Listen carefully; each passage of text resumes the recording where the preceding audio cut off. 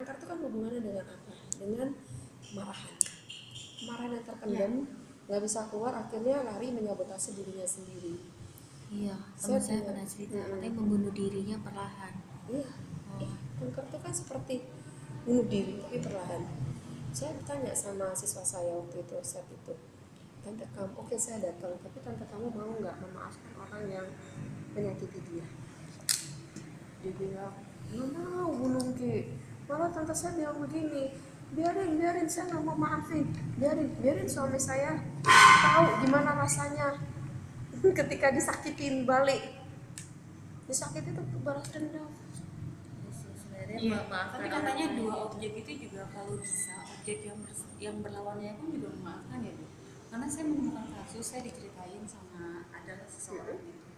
Jadi dia itu ada kasus wanita ya Bu, ya udah berkeluarga, itu istrinya tuh kena kanker, sudah ke luar negeri sampai ke China, akhirnya dia ketemu sama satu sinsei. Sinseinya cuma bilang satu, kamu punya dosa apa sama ibu kamu? Ternyata baru diketahui, maaf ya Tir, ini beda kasus. Ibunya Dia tidak laki-laki. Ini perempuan yang anak. Ibunya tidak merestui. Ternyata pada saat sebelumnya itu dia minta maaf. Dia memang memaafkan ibu itu, tapi ternyata di dalamnya ibunya itu masih mengganjil. Ada satu ganjalan, jadi masih belum full. Dia datang ke ibunya, minta benar-benar minta tulus ibunya untuk memaafkan. Ibunya memaafkan. Balik lagi ke sensei, no, akarnya pun tidak ada. Itu sampai yang dia amazing di situ. Menurut saya sih mungkin obatnya bukan di ibunya, tapi mungkin dia datang ke ibunya, dia mengobati dirinya sendiri. Jadi memaafkan orang lain itu sebenarnya you forgive yourself. Hanya untuk meyakinkan bahwa mama tuh benar-benar sudah memaafkan saya. Sebenarnya hanya untuk apa ya? Memastikan. Make sure bahwa saya sudah terampuni.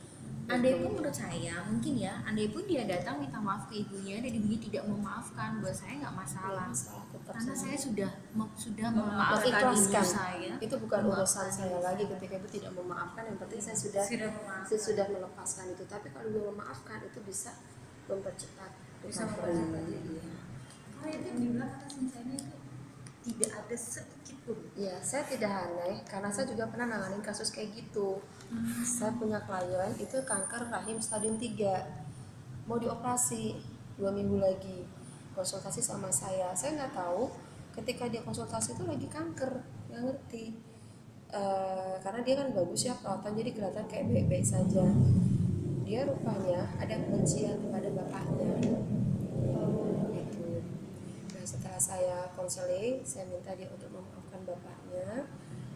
Ya udah, terus kemudian 3 hari kemudian dia lapor, kok saya udah bisa pipis jongkok ya Bu ya.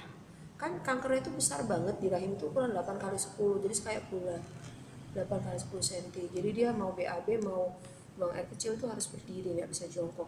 Ini kok 3-4 hari setelah konsul kok bisa jongkok, dan di rahim itu sudah nggak ada, clean.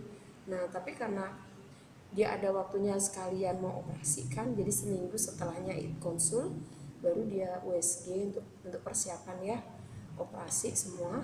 Dokternya kaget, kok kankernya hilang, ibu berobat apa? Dia juga surprise. Itu uang 20 jutanya mau dikasih ke saya loh, uang 20 juta untuk kanker sama kemonya itu. Saya bilang nggak usah, udah sumbangin aja ke anak yatim membutuhkan. Coba itu tahun 7 tahun yang lalu loh, itu 7-8 tahun yang lalu. Besar.